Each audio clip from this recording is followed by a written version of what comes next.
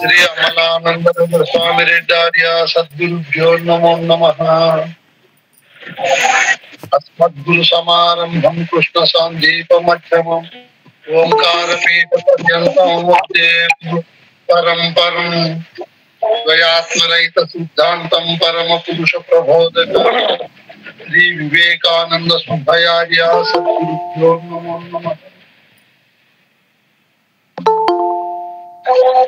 మనం ఇప్పుడు పరిపూర్ణ బోధకు అధికారి ఎవరు, అనధికారి ఎవరు అనే అంశాన్ని మాట్లాడుతున్నాము. పరిపూర్ణ బోధకు అధికారి ఎలా ఉండాలి, ఆయన అన్ని సులక్షణ సంయుతుడై అన్ని ఒప్పులు ఒక చోట రాశిగా పోస్తే ఎలా ఉంటాయో ఆ విధంగా ఉండాలని, మరియు పరిపూర్ణ బోధన తెలుసుకోవాలని మిక్కిలి ఆకాంక్ష కలిగి ఉండాలని. దేహము దహించిపోతా ఉంది, ఇది పోక మునిపే కాలము చాలా విలువైనటువంటిది. అన్ని సంపాదించుకోవచ్చు, కాలాన్ని సంపాదించలేము. అంత విలువైన ఘనమైన కాలాన్ని దుర్వినియోగము చేసుకోకుండా సద్వినియోగము చేసుకొని గురు సన్నిధానంలో పరిపూర్ణ బోధను క్షుణ్ణంగా విచారించి తెలుసుకొని తరించాలనే ఆకాంక్ష కలిగి, మరియు సాధన చతుష్టయ సంపదలు కలిగి అశరీరుడైన గురుని చేరి ఆ గురుని సన్నిధానములో అనేక రకాల బోధలు విచారించి ఆ బోధల ఫలితంగా నేను పరమాత్మనని తెలుసుకుని పరమాత్మ అయిన తాను అనంతకాలము ఆ పరమాత్మనే బ్రహ్మానంద సుఖాన్ని అనుభవించి ఆ బ్రహ్మానంద సుఖము కూడా స్థిరమైనది కాదు, శాశ్వతమైనటువంటిది కాదు. అసలు బ్రహ్మానందం అనే పరమాత్మానందం నేను అనుభవించాను ఇంతకాలము, ఒకరోజు వదిలిపెట్టవలసిందే కదా. అసలు నేనెవరు, పరమాత్మనైన నాకు ఈ సృష్టిలో ఏ విధమైన స్థానం ఉంది, నేను సత్యమా అసత్యమా, నేను సర్వవ్యాపకమా కాదా, నేను అసలు పరమాత్మ స్థానానికి రాకపూర్వం ఎక్కడుంటే, దేహాన్ని వదిలిపెడితే పరమాత్మనైన నేను ఎక్కడ ఉంటాను, నాకుండే చోటేది, మరి నేను పరమాత్మ అయినప్పుడు నేను కూడా పరమాత్మ కావాల కదా. నేను చూస్తే జడము అస్థిరము, తెలుసుకున్నప్పుడు నేను పరమాత్మను అయ్యాను, తెలుసుకోలేనప్పుడు నేను పరమాత్మను అయినా అజ్ఞాన వివేక అంధకారాల్లో జీవిస్తూ ఉంది కదా.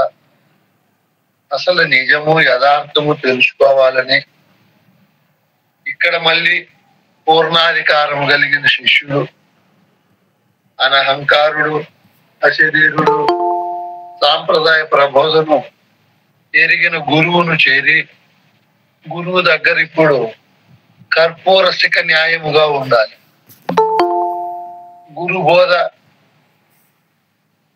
శిఖ అంటే అగ్ని వంటిది, శిష్యుడు కర్పూరం వంటి వాడు. తన యొక్క ఉనికి నశించిపోవాలి అంటే గురువు అనే బోధాగ్ని చేత నేను కలవాలని కలిసి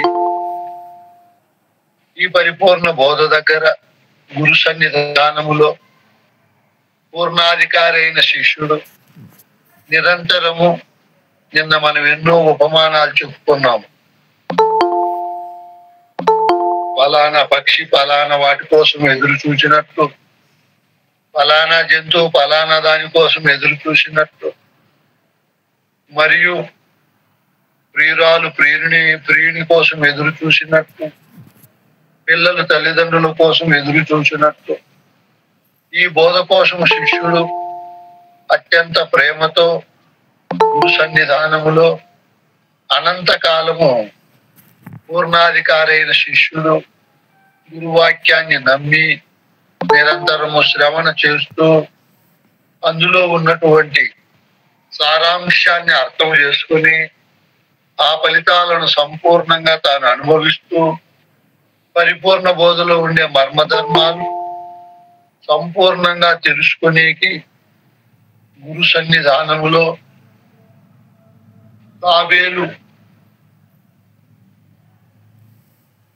తన సంతతిని అంటే గుడ్లు పెట్టి వాటిని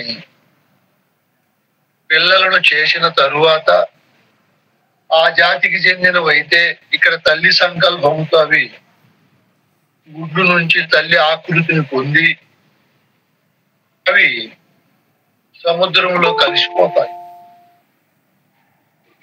అట్లా గురువు యొక్క వాత్సల్యము, గురువు సంకల్పము తన పైన పడేటట్లు పూర్ణాధికారే సీతే జయమొందేదో గురుడు నయశాలి కాదా నీ మదికిది నాటేనా లేదా. గురువు దగ్గర గురువు కృప, గురువు యొక్క సంకల్పము మన పైన సంపూర్ణంగా పడాలన్నా ఫలించాలన్నా శిష్యుడు ఎంతో భయముతో భక్తితో గురువుని సార్వభౌమునిగా భావించి ఆయన సేవ చలనము లేని భావజాలముతో చేయాలి. ఎందుకంటే ఈతాపేక్ష కలిగిన మనుషుడు ఈత రావాలి నేర్చుకోవాలి అంటే ఈత వచ్చినటువంటి అతనితో జతగట్టి నమ్మకముతో ధైర్యముతో ఆయన సన్నిధానములో ఈత నేర్చుకున్నట్టు బోధ కావాలనే శిష్యుడు బోధొచ్చిన గురువు దగ్గరికి వెళ్ళి అత్యంత భయము భక్తితో విశ్వాసముతో నమ్మి పూర్ణాధికారైన శిష్యుడు ఆ గురువును సేవించాలి. ఆ జలములో ఉన్నటువంటి జలచరములు బయటికి వెళ్ళి అలా జీవించలేవో తాను కూడా ఒక్కసారి గురువుకు తనుమనధనములు వినయముగా దారపోసిన తరువాత ఇంకా గురువే సర్వస్వము అనుకోవాలి. ఆయనే తల్లి, తండ్రి, ధాత, ద్వారా, దైవము, ఆప్తుడు. ఈ విధంగా ఏ కోణంలో చూసినా గురువేనని గురువును సేవించాలి. ఎందుకంటే ఇంకా అనేక ఉపమానాలు చెప్పారు పెద్దలు. సశిష్యుడైన వాడు పతివ్రతైన స్త్రీ తన భర్త రాకడ కోరినట్టు, స్నేహితుడు తన హితుని రాకడను కోరినట్టు, అతి దరిద్రుడు ద్రవ్య అతతిని రాగోరినట్టు, సశిష్యుడైన మహనీయుడు ఎప్పుడు గురువాక్యమును, గురువు కోసము, గురువు దర్శన స్పర్శన సంభాషణ కరుణాకటాక్షములకై ఎదురు చూస్తూ ఉండాలి. మరియు చెప్పాడు గురువు చరణ తీర్థము కాశీ గంగ కంటే పవిత్రమైనదని, మరియు గురుని పాదము నుంచి వచ్చే జలము గోదావరి కంటే గొప్పదని, గురువును చూస్తానే ఇంకా ఈతనే విశ్వేశ్వరుడు, సర్వేశ్వరుడు, రామభద్రుడు, సృష్టిలో ఇంకా రెండవ దేవుడు లేనే లేడు అని ఆయన ఉండే చోటును కాశీగా, భద్రాచలముగా, శేషాచలముగా, సృష్టిలో ఏవేవి పుణ్యక్షేత్రాలు మక్కా, మదీనా, జెరూసలేము, గయా ఇవి ఏమేమి ఉన్నాయో వాటికంటే గొప్పగా భావించి గురువు చెప్పిన బోధను మరవకుండా గురుమంత్రాన్ని సశిష్యుడైన వాడు గురువే నా మోక్ష ప్రదాత, నా జనన మరణం అనే ఘోర సంసార బాధను పోగొట్టే ధీరోద్ధాతుడు అని చెప్పి ఎప్పుడు గురునామ స్మరణే చేయాలి. మనం గురువునే భజించాలి. ఎందుకంటే మీకు ముందే చెప్పాను నేను, ఈ బోధకు అధికారి అయిన శిష్యుడు గురువు శ్రమను గుర్తించాలి, సింహావలోకనం చేయాలి, పునరాలోచన చేయాలి. మరియు విన్నదాన్ని పునరుక్తితో మరియు వినాలి. ఈ విధంగా మనం పునరాలోచన సింహావలోకనం చేసి నేను ఎక్కడుంటి ఇప్పుడు బోధ స్థితిని ఎంత చెందాను, దీనికంతా నా గురువే కదా కారణమని మనము గురు రుణం తీర్చేయాలి. గురు రుణములో నిలిచిపోకూడదు. తండ్రి రుణము తల్లి రుణము ఎప్పుడు తీర్చిన వాళ్ళం అవుతాము నాయన మనము? బీజ ప్రదాత తండ్రి మనకు బీజాన్ని ప్రదానం చేశాడు. దాన్ని అల్లారు ముద్దుగా పెంచి సంపూర్ణ కళలతో పూర్ణ వికాసం పొందే వరకు తల్లి తన గర్భములో చాలా చాలా భద్రంగా చూసుకొని పెంచి 9 నెలల తరువాత పూర్ణమైన ఆకృతితో మనకు జన్మనిచ్చి ఆ తరువాత ఇంకా కంటికి రెప్పలా పెంచి నా నోముల పంట, నా ఆరాధన దైవం అని తనను దైవంగా భావిస్తాది కుమారుడు కూతురు. అంత పెంచి పెద్ద చేసిన తరువాత వాళ్ళ రుణం మనం ఎప్పుడు తీర్చిన వాళ్ళం అవుతాము అంటే తిరిగి జన్మకు రాకుండా ఉండినప్పుడు వాళ్ళ రుణం తీర్చిన వాళ్ళం అవుతాం. మళ్ళీ తండ్రి గర్భములేకి రాకుండా బీజంగా మళ్ళీ తల్లి గర్భములేకి పోకుండా ఎవరైతే సద్యోజాత ముక్తిని పొందుతారో వాళ్ళు తల్లిదండ్రుల రుణం తీర్చిన వాళ్ళము అవుతారు. ఇవన్నీ మామూలు మాటలు.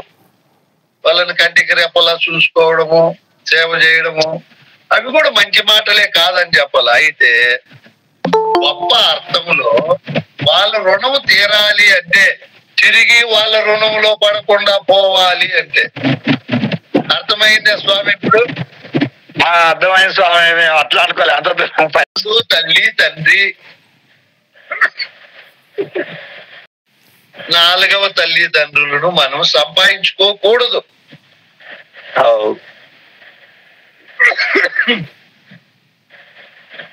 ఇప్పుడు రుణం తీర్చేసినావా రాజిరెడ్డి స్వామి నువ్వు?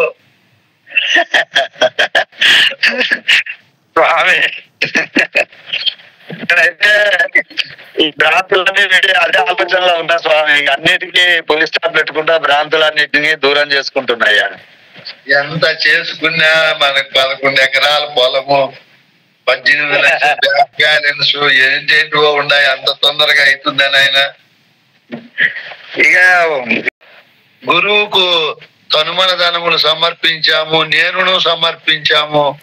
ఇంకా నేను గురువాక్య పరిపాలనలోనే ఉండాను, గురువాక్యం మినహా నాకేమీ లేదని చెప్పి ఎప్పుడు ఇంకా ఎట్టి సందేహాలు హృదయములో పెట్టుకోకుండా గురుసేవ చేసే దాంట్లో విముఖత లేకుండా నిరంతరము సాంప్రదాయ సద్గ్రంథాలు దీక్షితీయము, కందార్థాలు, భద్రాది రామశతకము, కంద పద్యాలు చదువుతూ బోధలో నిష్ణాతులైన పెద్దలను నిందించకుండా వారిని సేవించడములో వెనుకడుగు వేయకుండా పెద్దలు కనపడితే వాళ్ళతో వాదించకుండా పెద్దలు చెప్పే మంచి మంచి మర్మధర్మాలకు అడ్డు పేడకుండా మనం వాళ్ళను విమర్శించకుండా వాళ్ళు నడిచే నడతను తప్పు పట్టకుండా వాళ్ళను కంటే నేను గొప్పవాడను అని అనుకోకుండా వాళ్ళు ఎక్కడ కనపడినా ప్రేమతో నమస్కరించి వాళ్ళ దగ్గర చాలా చిన్నతనంతో సశిష్యుడైన మహనీయుడు నిధులు వచ్చే వరకు సచ్చే వరకు ఈ బోధ వినాలి. ఎవరైతే ఈ విధంగా నిధులు వచ్చి సచ్చే వరకు వింటారో వాళ్ళు గురు రుణము తీర్చిన వాళ్ళు అవుతారు. సశిష్యుడైన మహనీయుడు ఈ గుణగణాలన్నీ ఉంటూ గురువు కొట్టినా తిట్టినా శ్రమలు పెట్టినా తన భావాలను పెడచెవు పెట్టినా మొట్టినా వెడలు కొట్టినా కోపపడకుండా సశిష్యుడైన మహనీయుడు భూమి కంటే అత్యంత ఓర్పు కలిగి ఆకాశము కంటే నిర్మలత్వం కలిగి సముద్రము కంటే మహాశాంత దయా గుణగణాలతో శిష్యుడైన మహనీయుడు ఈ పరిపూర్ణ బోధను సంగ్రహించుకోవాలి శాస్త్రోక్తంగా. మొదటి నుంచి చివరి వరకు బాగా విని గురువు దగ్గర తాను ఉండంగానే తనకింక జననము మరణం అనే ఘోర సంసార బాధ తప్పిపోయింది అని చెప్పి ఇంక గురువును మళ్ళీ ధనము ధాన్యము కనకము వస్త్రము ఆరోగ్యము ఇటువంటివి గాని జనన మరణం అనే ఘోర సంసార బాధను పోగొట్టాలనే కోరిక ఏ కోరిక లేకుండా నిర్మల స్థితిలో భావశూన్యుడై అనంతమైనటువంటి త్యాగము ఓర్పు వైరాగ్యము సహనము నేర్పరితనము ఉత్సాహము ధైర్యము సౌశీల్యము సాంప్రదాయ ప్రబోధలో నిష్ణాతమైనటువంటి కృష్ణ ప్రభువులు శివరామ దీక్షితులు పొందినంత గొప్ప స్థితిని పొందాలి. ఇటువంటి సశిష్యుడు గురువు సేవ చేయడములో విముఖత చూపడము, తన సొంత పనికైతే సూరత్వము చూపడము చెయ్యకూడదు. గురు పూజ అన్నా గురు బోధ వినాలన్నా గురు సేవ చేయాలన్నా ఏంటేంటివో వైరాగ్యం మాటలు చెప్పడము, నాకు వీలు కాదు, నేను రాలేను, నేను వినలేను, నేను చెప్పలేనని వీటికి వైరాగ్యం చూపడము, తన పనులు ఉంటాయి చూడు వాటికి చెప్పలేనంత సూరత్వము ఉత్సాహము చెప్పలేనంత ఆరాట పోరాటాలు పడకూడదు. ఇది కృష్ణ ప్రభువులకు అందపద్యములో చెప్తాడు ఈ మాట. తన జీవిత కాలములో సశిష్యుడు కష్టములు నష్టములు మానవులు ఏమి కలిగినా బోధ యందు మక్కువను తగ్గించుకోకూడదు మహనీయుడు. ఇతర బోధలు వినరాదు. తన గురు బోధను ఎప్పుడు సశిష్యుడైన వాడు మనసులో మరవకూడదు. తన శిష్యులతో కుటుంబ సభ్యులతో దుష్టబుద్ధులు లేకుండా వాళ్ళతో మంచి బుద్ధి కలిగి ఎంతో ఓర్పు నేర్పుతో భౌతికమైనటువంటి ప్రపంచ సంఘములో ఆధ్యాత్మికమైన గురు సంఘములో మంచి సజ్జనుడు సౌమ్యుడు సహనశీలి శాంతశీలి మహాత్యాగి మహాబోధకుడు అనే అన్నిటిలో కూడా మహానుభావుడు అనే పేరుతో జీవించాలి. సశిష్యుడైన మహనీయుడు ఎవరిని నిందించరాదు. ఎవరి నిందలను నిరంతరము స్మరించకూడదు. పాటల వలె పాడుకోకూడదు.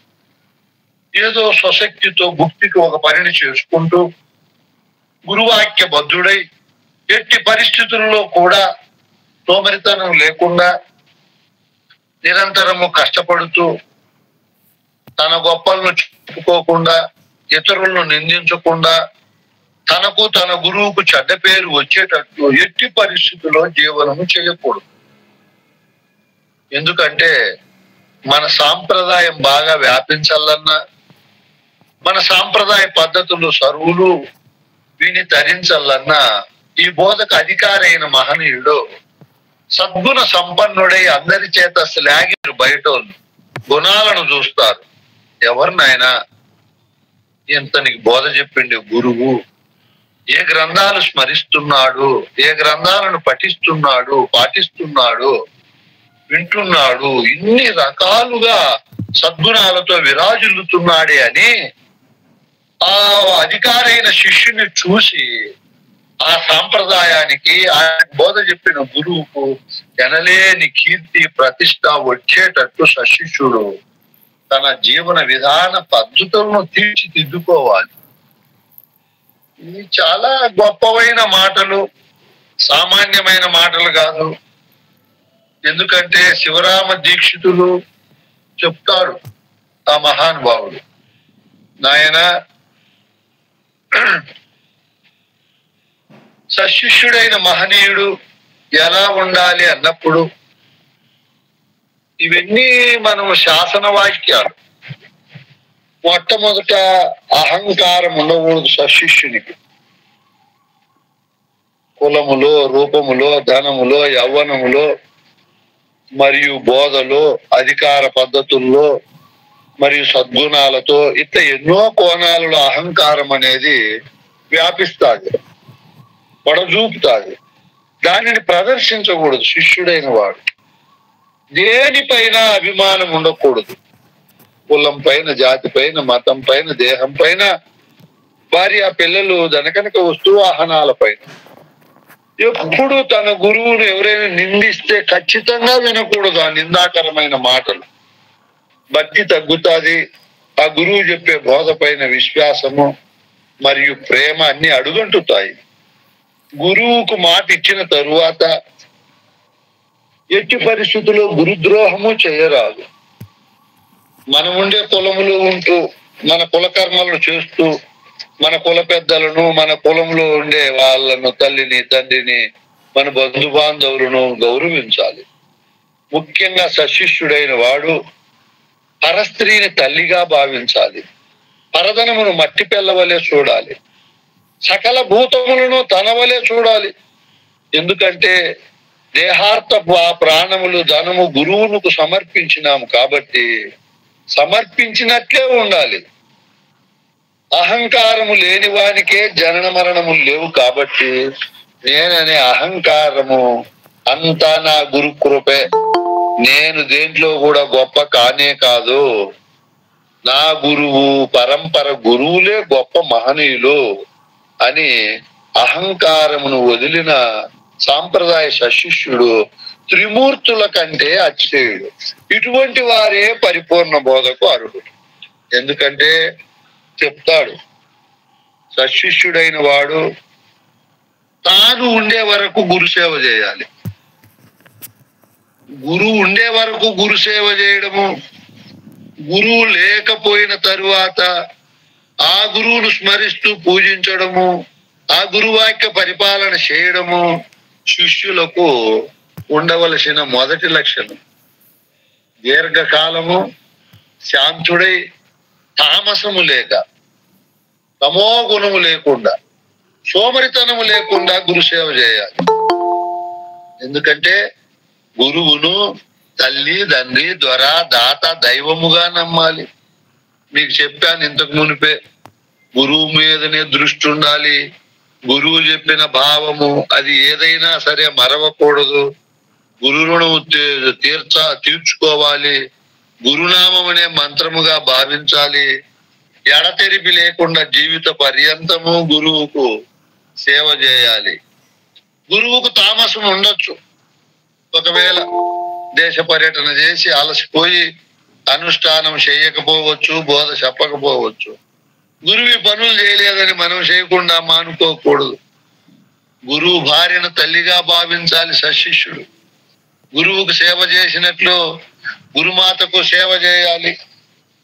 ఆ గురువు భార్యను తన ఇంట్లో ఏమైనా పుణ్యకార్యాలు జరిగినప్పుడు పిలిపించి మొదట వారి ఆశీస్సులు తీసుకొని ఉన్నంతలో వారికి వస్త్రములు, కానుకలు, దక్షిణలు సమర్పించి వాళ్ళ సంపూర్ణ ఆశీస్సులు, అనుగ్రహముతో కార్యాలు చేయాలని చెప్పి దీక్షితులు, దీక్షితీయములు, సశిష్యులు ఉండవలసిన లక్షణాలను గురించి అద్భుతంగా వర్ణిస్తాడు ఆ మహనీయుడు.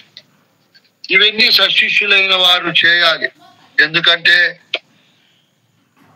మీ సశిష్యుడు ఇన్ని చెప్పాడా గురువు అని చింత చేయకూడదు. ఎంతో శాంతము కలిగి గురువు చెప్పినవే చెప్పినా తాను సోమరితనము, విసుగు లేకుండా గురుసేవ చేయాలి. ఎందుకంటే గురువు వాక్యము, గురువు చెప్పే బోధ ఎప్పుడు విలువలతో కూడి ఉంటుంది. అఖండమైనటువంటి సత్యానికి అతి దగ్గరై సత్యముతో కూడి ఉంటుంది. కాబట్టి సశిష్యుడైన మహనీయుడు గురువు యొక్క వాక్యాలను, గురువు యొక్క బోధను ఎట్టి పరిస్థితుల్లో విస్మరించకూడదు. ఇన్ని కోణాలలో చెప్పాడు. ఆయన చెప్తాడు, ఒక్క భ్రమ కూడా లేకుండా నేను చేసుకోవాలి అని కోరుకుండాలంట శిష్యుని. ఒక్క భ్రాంతి కూడా లేకుండా ఉండాలి. అనుమానము లేకుండా స్త్రీలే కాని పురుషులే కాని గురువు సూచన చెయ్యగానే కనుక్కునే అధికారం ఉండాలి శిష్యుని. సశిష్యుడైన వాడు గురువు సూచన చేస్తానే, గురువు చెప్తానే అందులో ఉండే మర్మాన్ని కనుక్కోవాలి.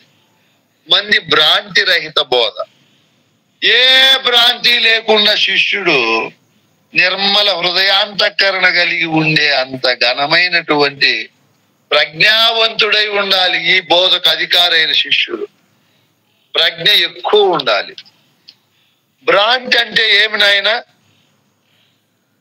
అమ్మ, లేని దాన్ని ఉన్నదిగా భావించుకోవడాన్ని భ్రమ లేదా భ్రాంతి అంటారు. అక్కడ వస్తువే ఉండదు, ఉన్నదని భావించుకోవడమే భ్రాంతి.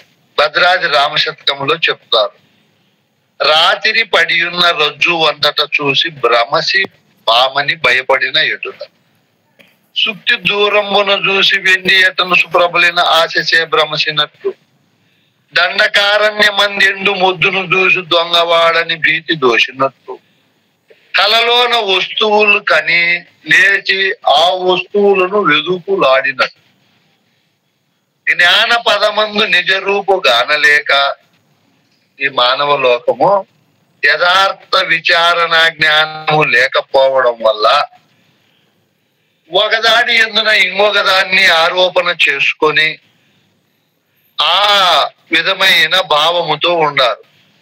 ఏ విధమైన భావముతో? ఆయన చెప్పాడు ఉపమానాలు. ఆయన ఆడును చూసి పాము అడుకున్నారు సంజీకట్లో.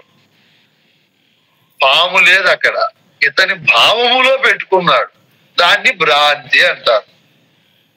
లేని వస్తువును ఉన్నదానిగా భావించడాన్నే భ్రాంతి అంటారు.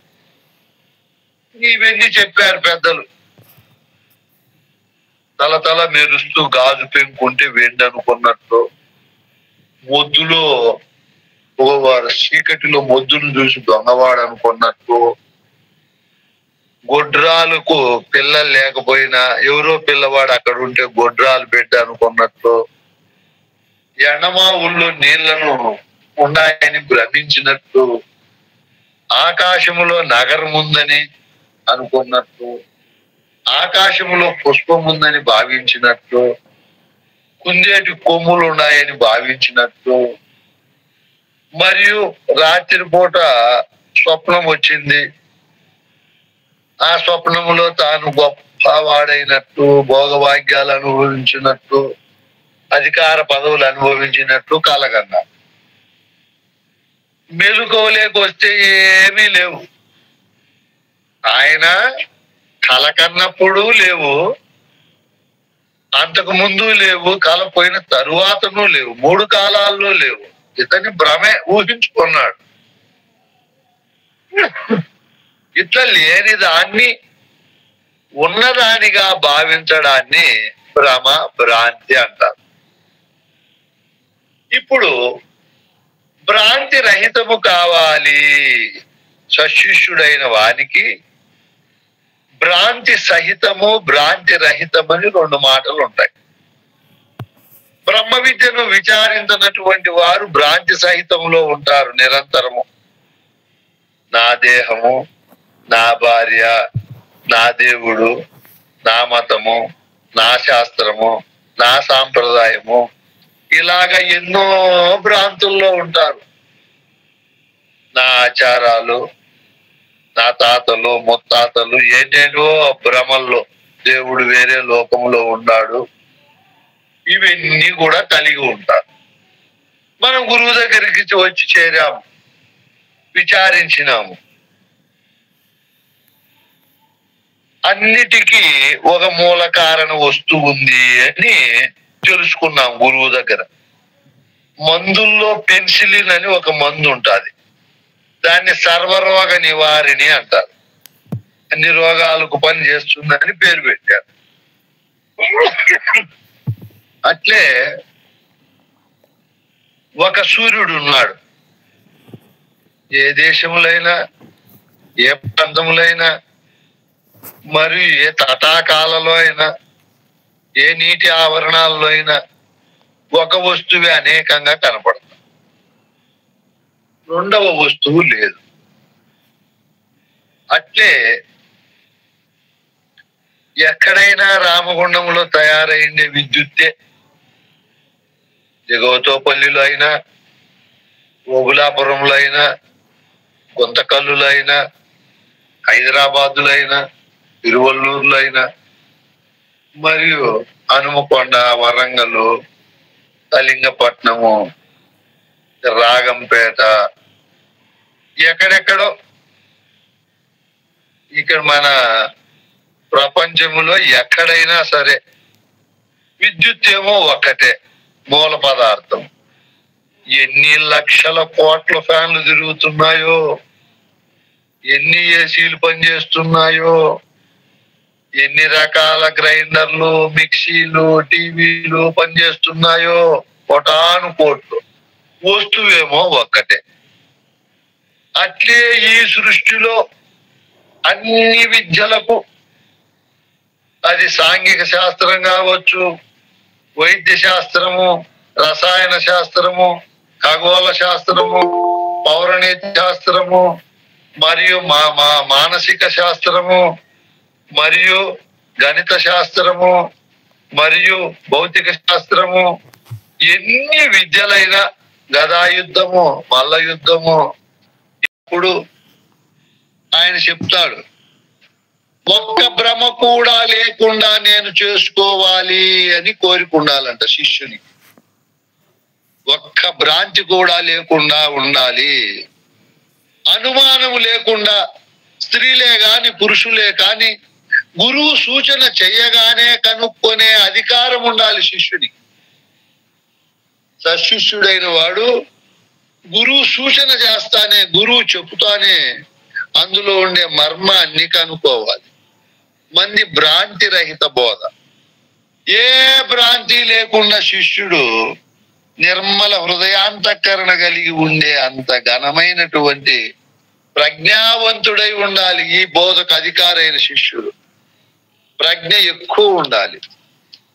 భ్రాంతి అంటే ఏమి నాయనా? అమ్మ, లేని దాన్ని ఉన్నదిగా భావించుకోవడాన్ని భ్రమ లేదా భ్రాంతి అంటారు. అక్కడ వస్తువే ఉండదు, ఉన్నదని భావించుకోవడమే భ్రాంతి. భద్రాద్రి రామశతకంలో చెప్తారు, రాత్రి పడియున్న రజ్జు వంతట చూసి భ్రమసి పామని భయపడిన ఎటుల, సుక్తి దూరమున చూసి వెండి ఎటను సుప్రబలిన ఆశచే భ్రమసినట్టు, దండకారణ్య మందెండు మొద్దును చూసి దొంగవాడని భీతి దోషినట్టు, కలలోన వస్తువులు కని లేచి ఆ వస్తువులను వెదుకులాడినట్టు, జ్ఞాన పదమందు నిజ రూపు గానలేక ఈ మానవ లోకము యథార్థ విచారణ జ్ఞానము లేకపోవడం వల్ల ఒకదాని ఎందున ఇంకొకదాన్ని ఆరోపణ చేసుకొని ఆ విధమైన భావముతో ఉండాలి. ఏ విధమైన భావముతో? ఆయన చెప్పాడు ఉపమానాలు. ఆయన ఆడును చూసి పాము అడుకున్నారు సంజీకట్లో. పాము లేదు అక్కడ, ఇతని భావములో పెట్టుకున్నాడు. దాన్ని భ్రాంతి అంటారు. లేని వస్తువును ఉన్నదానిగా భావించడాన్ని భ్రాంతి అంటారు. ఇవన్నీ చెప్పారు పెద్దలు. తల మెరుస్తూ గాజు పెంకుంటే వెండి అనుకున్నట్టు, మొద్దులో చీకటిలో మొద్దును చూసి దొంగవాడు అనుకున్నట్టు, గొడ్రాలకు పిల్లలు లేకపోయినా ఎవరో పిల్లవాడు అక్కడ ఉంటే గొడ్రాలు బిడ్డ అనుకున్నట్టు, ఎండమావుల్లో నీళ్లను ఉన్నాయని భ్రమించినట్టు, ఆకాశములో నగరం ఉందని అనుకున్నట్టు, ఆకాశములో పుష్పం ఉందని భావించినట్టు, కుందేటి కొమ్ములు ఉన్నాయని భావించినట్టు, మరియు రాత్రిపూట స్వప్నం వచ్చింది, ఆ స్వప్నములో తాను గొప్ప వాడైనట్టు, భోగభాగ్యాలు అనుభవించినట్టు, అధికార పదవులు అనుభవించినట్టు కలగన్నా. మెలుకోలేకొస్తే ఏమీ లేవు. ఆయన కలకన్నప్పుడు లేవు, అంతకు ముందు లేవు, కల పోయిన తరువాతను లేవు, 3 కాలాల్లో లేవు. ఇతని భ్రమే ఊహించుకున్నాడు. ఇట్లా లేని దాన్ని ఉన్నదానిగా భావించడాన్ని భ్రమ, భ్రాంతి అంటారు. ఇప్పుడు భ్రాంతి రహితము కావాలి సశిష్యుడైన వానికి భ్రాంతి సహితము భ్రాంతి రహితమని రెండు మాటలు ఉంటాయి. బ్రహ్మ విద్యను విచారించినటువంటి వారు భ్రాంతి సహితంలో ఉంటారు నిరంతరము.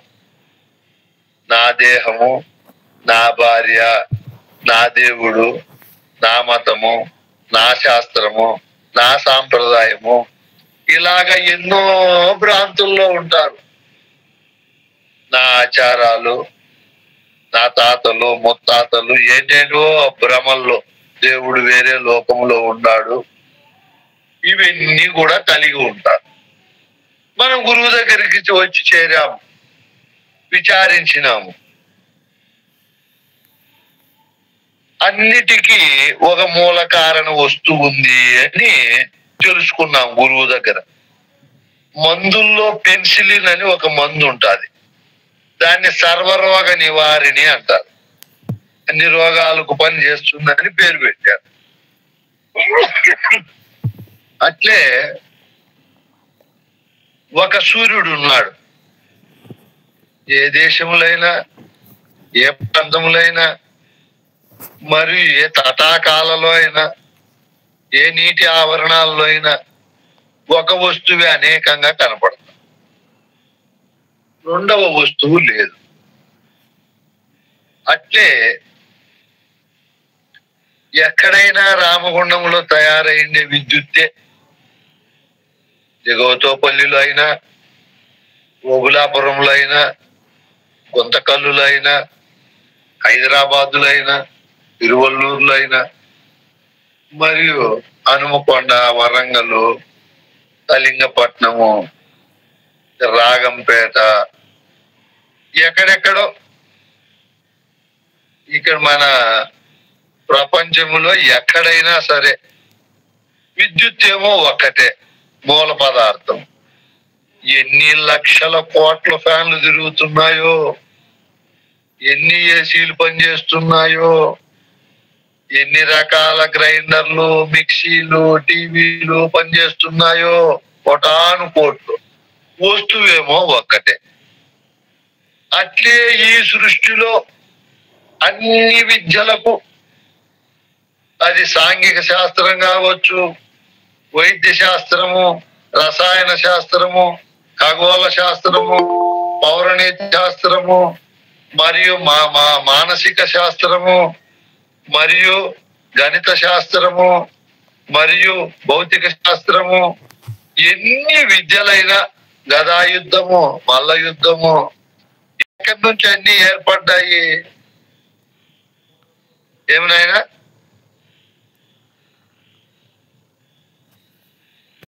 అన్నిటికీ మూలము నేనే. దగ్గులు ఎక్కడి నుంచి వస్తాయి నాయన? తుమ్ములు ఎక్కడి నుంచి వస్తాయి? అదే చెప్తాది బాబు. నేనే తుమ్మాను, నేనే దగ్గాను, నేనే కోపపడ్డాను, నేనే సంతోషపడ్డాను, నేనే ఆవేశపడ్డాను, నేనే బాధపడ్డాను, నేనే సుఖపడ్డాను, నేనే పెన్నులు తయారు చేశాను, పెన్సిళ్ళు తయారు చేశాను, నేనే ఉద్యోగాలు ఇచ్చాను, నేనే జీతాలు ఇస్తున్నాను, నేనే గుళ్ళును కట్టాను, నేనే పూజలు చేస్తున్నానని నేను ఒక్కటుండి చెప్తుందా? అనేకం ఉన్నాయా? ఒకటే చెప్తుంది స్వామి. నేనే అన్నిటికీ మూలం అదే. రామకృష్ణ పరమహంస దగ్గర శిష్యులు, ఆయనకు గొంతు క్యాన్సర్ వచ్చింది, చాలా బాధపడుతున్నాడు, మింగలేక, మాట్లాడలేక, దగ్గలేక. గొంతు విలువ చాలా విలువైంది, అది మనకి ఇప్పుడు తెలియదు అనుకో. ఎట్లంటే అట్లా మాట్లాడి ఏమంటే అవి మింగేసి ఏమేమో చేస్తాను. దాని విలువ సమయం వచ్చినప్పుడు దాని విలువ తెలుస్తుంది. అప్పుడు శిష్యులు, మీకు కాళీ దేవత ప్రత్యక్షం కదా, అమ్మనట్లా ఆ గొంతుతో నీళ్లు, భోజనము, జ్యూసులు మింగేటిగా కోరుకో అన్నారంట వీళ్ళు. గురువు పైన ప్రేమతో పాపం ఆయన బాధ చూడలేక. అప్పుడు ఆయన నవ్వి, నాయనా ఈ ఒక్క గొంతుతో నేనేమిరా కాఫీ తాగడము, జ్యూస్ తాగడము, అన్నం తిరిగి జరుగుతూ ఉండేది. మీ గొంతులన్నా, మీ గొంతులు సృష్టిలో ఉండే గొంతులన్నీ ఆ పని చేయలేదేమిరా? అన్ని గొంతులు బాగుండినప్పుడు ఈ ఒక్క గొంతు బాగలేనప్పుడు ఈ ఒక్క గొంతు బాగు కోసము అమ్మ నా కోరిక కోరుకుంది, నా చిన్న కోరిక. నేను మీ గొంతులతో మింగేది నేను కాదు, మీ గొంతులతో మాట్లాడేది నేను కాదు, మీ గొంతులతో దగ్గేది తుమ్మేది నేను కాదా నాయన, రెండో నేను ఉన్నదాన్ని. ఏమి స్థితి చూడండి మాట, అది ఎంత గొప్ప బలీయమైన మాట. అట్లా ఈ నేనే అన్నిటికీ మూలం. నేనే దేవుడు, నేనే గురువు, నేనే శిష్యుడు, నేనే భక్తుడు, నేనే కిరాతకుడు, నేనే రాక్షసుడు, నేనే తాగుడుబోతు, నేనే వ్యభిచారి, నేనే జోదగాడు, నేనే మోసగాడు. అన్నీ నేనులోనే ఉన్నాయి. ఏముండాయి?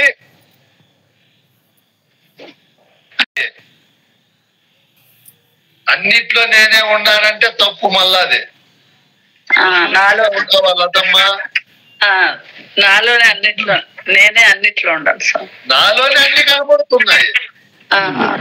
నేనే ప్రధానం అన్నిటికీ, నేనే మూలం అన్నిటికీ. నాలోనే దేవతలు ఉన్నారు, నాలోనే మతాలు ఉన్నాయి, నాలోనే సత్యలోకం, వైకుంఠం, కైలాసం, ప్రభులోకము, పరలోకము. నాలోనే యేసు ఉన్నాడు, రాముడు ఉన్నాడు, కృష్ణుడు ఉన్నాడు. వాళ్ళల్లో మనం ఉన్నామా? వాళ్ళు లేనే లేరు. ఈ విధంగా అన్నిటికీ నేనే మూలం.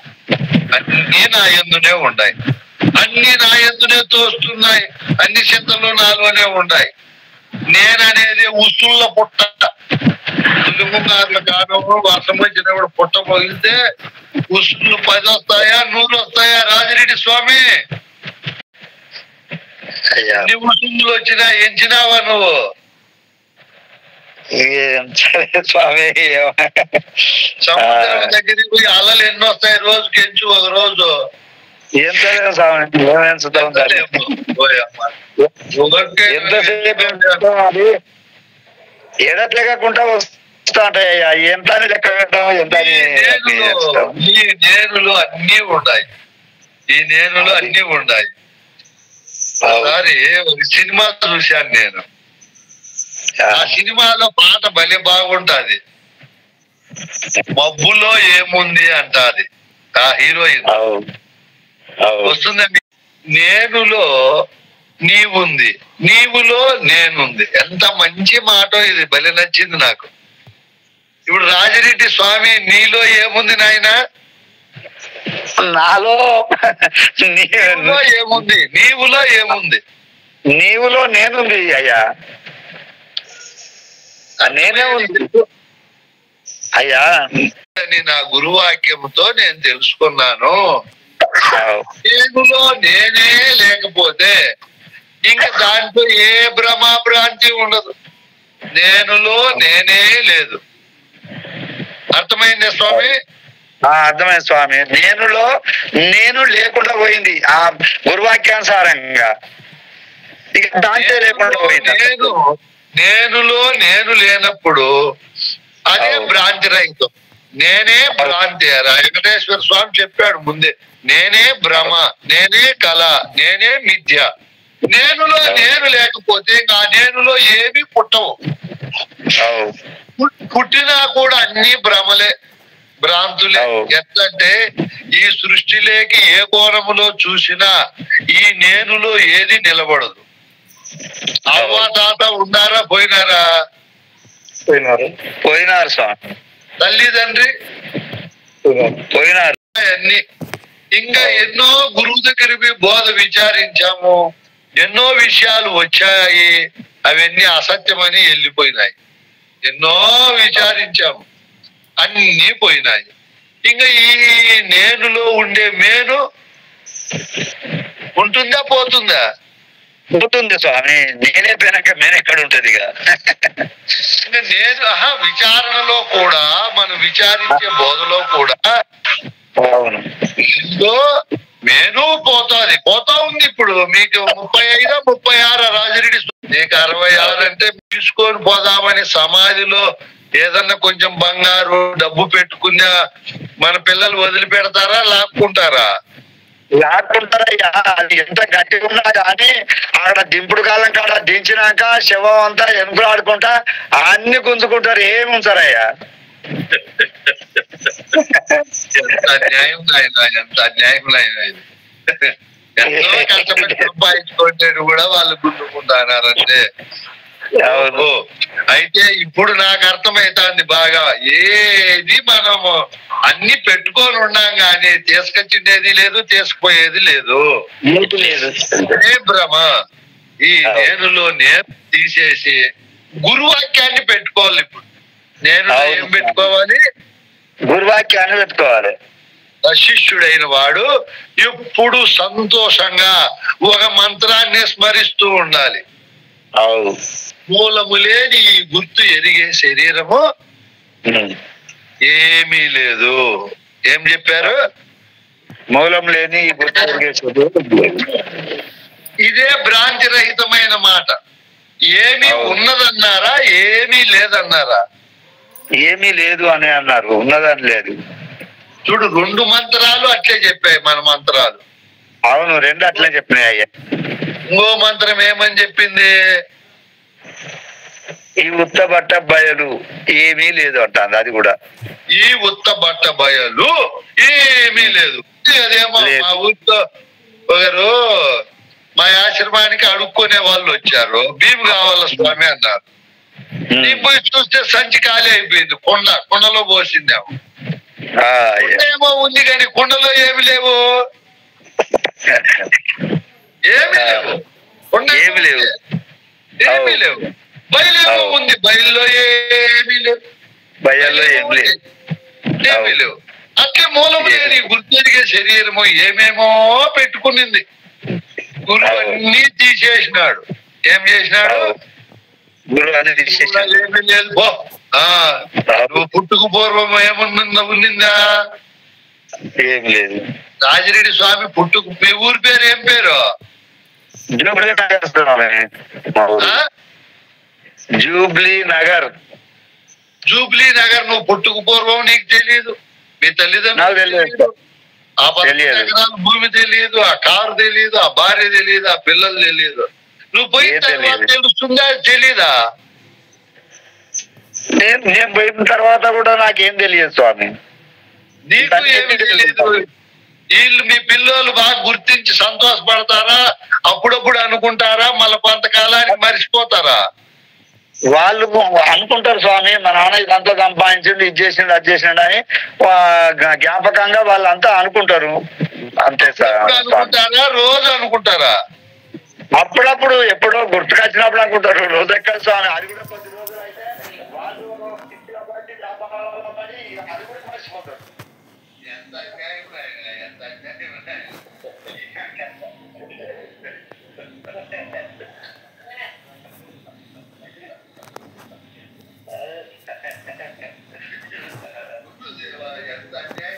ఇవన్నీ ఆలోచన చేస్తా ఉంటే నాకు ఎంత అన్యాయంగా, ఎంత కష్టపడి శ్రమ పడి రాత్రి నిద్ర లేకుండా మోకాలు నొప్పులు తెచ్చుకొని ఎంత బాధపడితే గుర్తించే వాళ్ళే లేరంటే ఎంత అన్యాయమైనా ఇది. కానీ ఏదేమైనా కూడా ఈ మూలము లేని గుర్తెరిగే శరీరము ఏమీ లేదని ఊరికేనే మనము ఉన్నన్నాళ్ళు అట్లా అంటున్నట్లు ఉంటూ భార్యను పిల్లలను ప్రేమిస్తూ సశిష్యుడైన వాడు మోదముతో శేష జీవితం గడపాలి. గురుబోధ అయిన తరువాత ఈ రోజు నుంచి సశిష్యులమైన మనం ఎలా ఉండాలి? ఎలా ఉండాలి? మౌనముతో ఈ జీవితాన్ని గడపాలి స్వామి. అంటే ఏంది కదా, అంటే ఏమీ పెట్టుకోకూడదు. ఈ నేనులో ఏమీ పెట్టుకోకూడదు. నేనులో ఏమీ పెట్టుకోకూడదు. అయితే నేను అన్నిట్లో ఉండాలి. మళ్ళీ ఇది ఒక రకమైన మాట. ఈ నేను మంచి గృహంలో ఉండాలి. ఎక్కడ ఉండాలి? మంచి గృహం లోపల. మీకు 3 బెడ్రూమా, 2 బెడ్రూమా? లేదు స్వామి, మాది మామూలు పెంకుటిల్లే స్వామి. నేను ఆ 3 ఏమయ్యా స్వామి, మళ్ళీ జన్మకు రావు. మంచి మీ భార్యామణికి రాజభవనం కట్టే అవుతుంటుంది.